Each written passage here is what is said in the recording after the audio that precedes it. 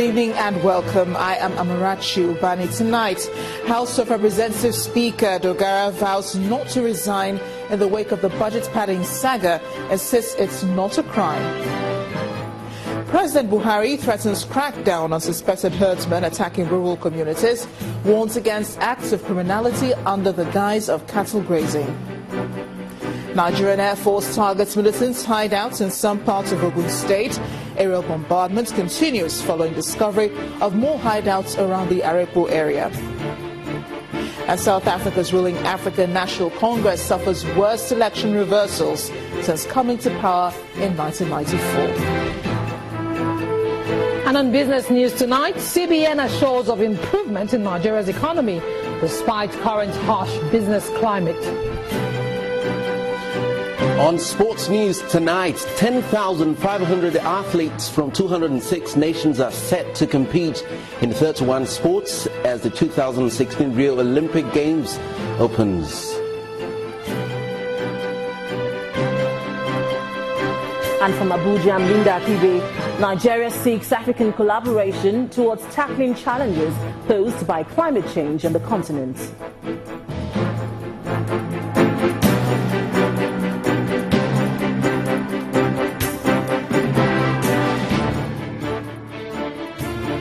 We begin tonight with the Speaker of the House of Representatives in Nigeria, Dogara, saying he will not resign despite allegations of budget padding against him. Mr. Dogara said this today after meeting with the President at the villa in Abuja.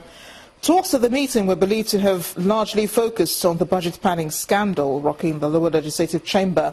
The Speaker also said padding is not an offence and called on those making the allegations to prove it. The meeting, held a day after the ruling All Progressives Congress, asked the former chairman of the House Committee on Appropriation, Mr. Abdul Mumin Jibrin, to stop further public comments on the issue till the leadership of the party announces its resolution. Well, for me, I studied law. I've been a legislator.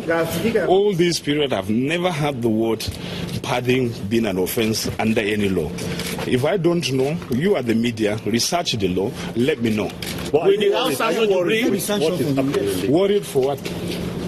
Worried over nothing? Why should I be worried? Would they be sanctioned for? Will they be sanctioned? No, I'm not chairman rule ethics of the House, so I wouldn't know. Are you worried? I wouldn't know. Worried? Why should I be worried? As far as I'm concerned, I'm not worried about it. So politics now ahead of the September 10 governorship election in Edo State. Governor Adams Oshiomhole has appealed to the electorate to remain objective while casting their ballots. The governor said this today as the All Progressives Congress campaign train staged a rally at Igwebeng local government area.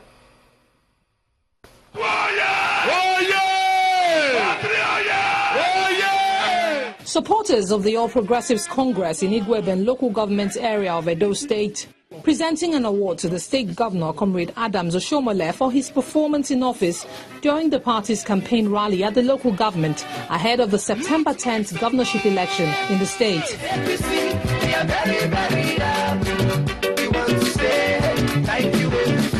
Obviously, the governor is excited, promising that the party will not disappoint the people of the state, only asking that they take their support for the party beyond the campaign grounds to the polls on the election day. Everything that happens to a nation is a result of the vision, the clarity of purpose, the ruggedness, the doggedness, the determination of leadership to make this happen. And this young man has been there. He knows the vision. He knows the mission. He knows the target. He knows how far we have gone. He knows what we couldn't do. He knows what we need to do next. And above all, he knows how to do it better. As for the governorship candidate of the party, Mr. Godwin Obaseki, developing the state infrastructure and economy is a priority. If given a chance to serve as the #1 citizen of the state, he promises to keep the flag flying. You saw what we did before. Because we have a plan and we know how to do it, we will do more. We will build more schools. We will build more roads. And I want to promise you, Igwebeng, we have 3 Dando rigs. I am going to have a special project for Igweben. Youth, make some noise! Political parties in Edo State are warming up for the state governorship election. The All Progressives Congress is gathering momentum, and if luck will smile on the APC at the poll, the outing on September the 10th will tell. Meanwhile, the People's Democratic Party has inaugurated 2 committees in preparation for its forthcoming national convention scheduled to take place in Port Harcourt. Chairman of the Caretaker Committee of the party, Senator Ahmed McCarthy, called on members of the committees to work together as the party seeks to unite its leadership.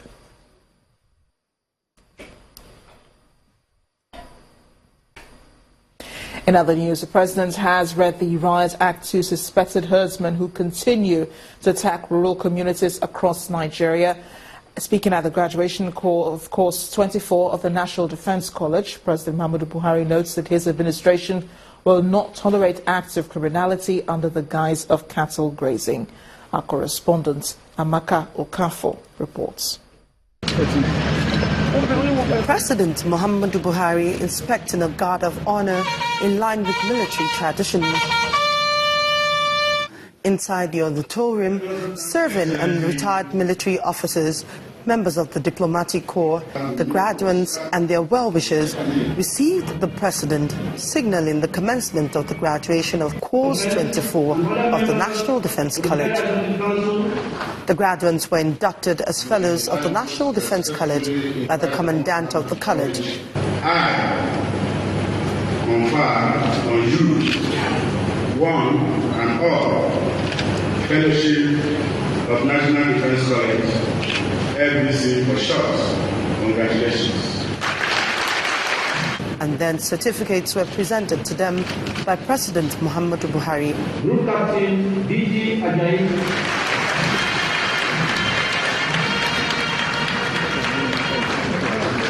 Captain HP Dogara.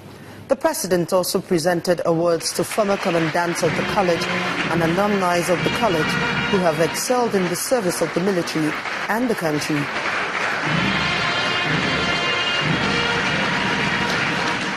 Done with the awards, the president, who commended the participants, used the opportunity to send warnings to criminals who hide under the guise of herdsmen that it will no longer be business as usual.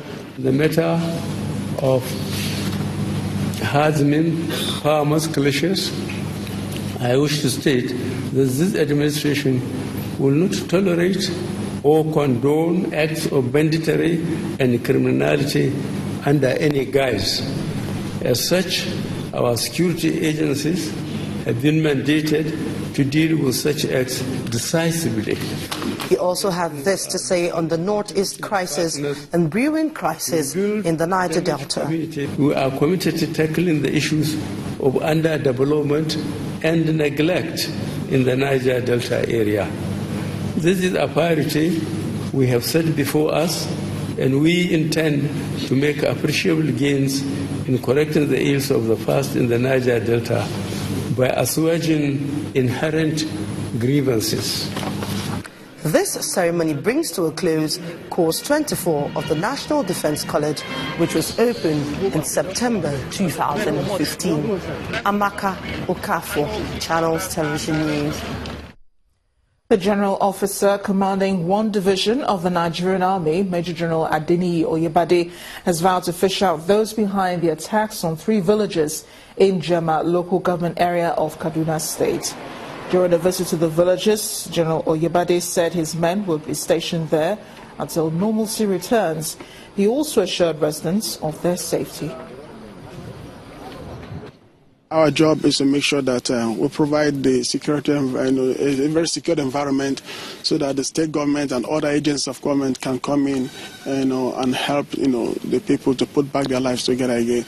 And I want to assure you that we are extending our operations far beyond this place to make sure that whoever are those, the attackers are, that we track them down, and we will not be distracted by anybody.